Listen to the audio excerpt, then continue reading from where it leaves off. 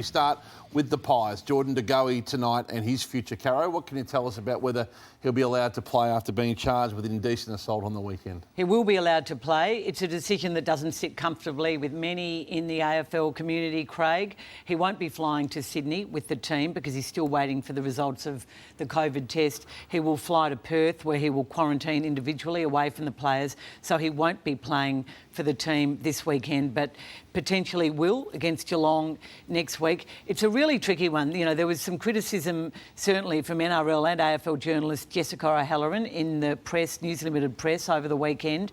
She drew comparisons to the NRL. In fact, under the NRL rules, he would also be allowed to play. The no-fault stand-down rules there says a criminal offence, carrying a penalty of at least 11 years will see a player automatically stood down. And we've seen that, as we know, in the NRL. The kicker is in the bottom point. The NRL CEO can use his discretion to stand down players. The AFL could have stood down Jordan Goey. Andrew Dillon and Gillan McLachlan spoke about this and chose not to. They feel the legal process will take up to 2 years to play out. And Goey's saying he's innocent. If he obviously said he was guilty, it would be a different matter. How do you feel? I feel uncomfortable.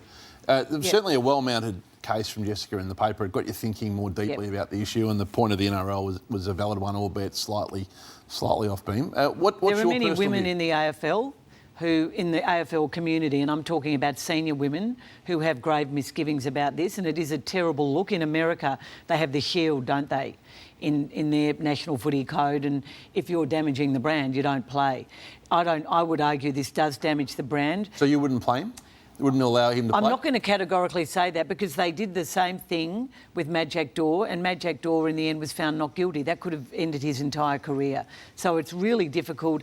I didn't like the handling on the weekend of it. I didn't like Collingwood's press release where they said it was at their insistence the case was investigated back in 2018. If you're not going to make any comment, don't put yourself into the press release. They've had some poor press releases, as we know. We'll look at Still Sidebottom in a minute. But what do you think? I mean, what do you think, Matthew? Do you think he should play? It's a tricky one because I think he probably wouldn't play at all for, up to 18 months to 2 years. So I just think he's innocent until proven guilty. Yep. And they wrap their arms around him and support him. He's saying he's not guilty, so they support him and let him. Caro, he's out of contract. He had a 5-year, $5 million deal from North Melbourne. He doesn't have a manager. What about his immediate future? You can't see Collingwood signing him for anything further than another 12-month contract, you wouldn't think? There's no doubt Jordan's brand has been damaged, I should say, by this. And that sounds flimsy when we're talking about something as serious as indecent assault. And in a profession such as coaching or teaching, he wouldn't play. He wouldn't be working, would he? Just on his form this year too, Kane. He's kicked 2 goals, 8, and averaging 15 disposals a game. So you just wonder whether this is playing on him already and what sort of output he can have with something like this. To try and play football and dealing with this. What we do know is that further evidence has come forward that has seen the police lay these charges, which is very serious.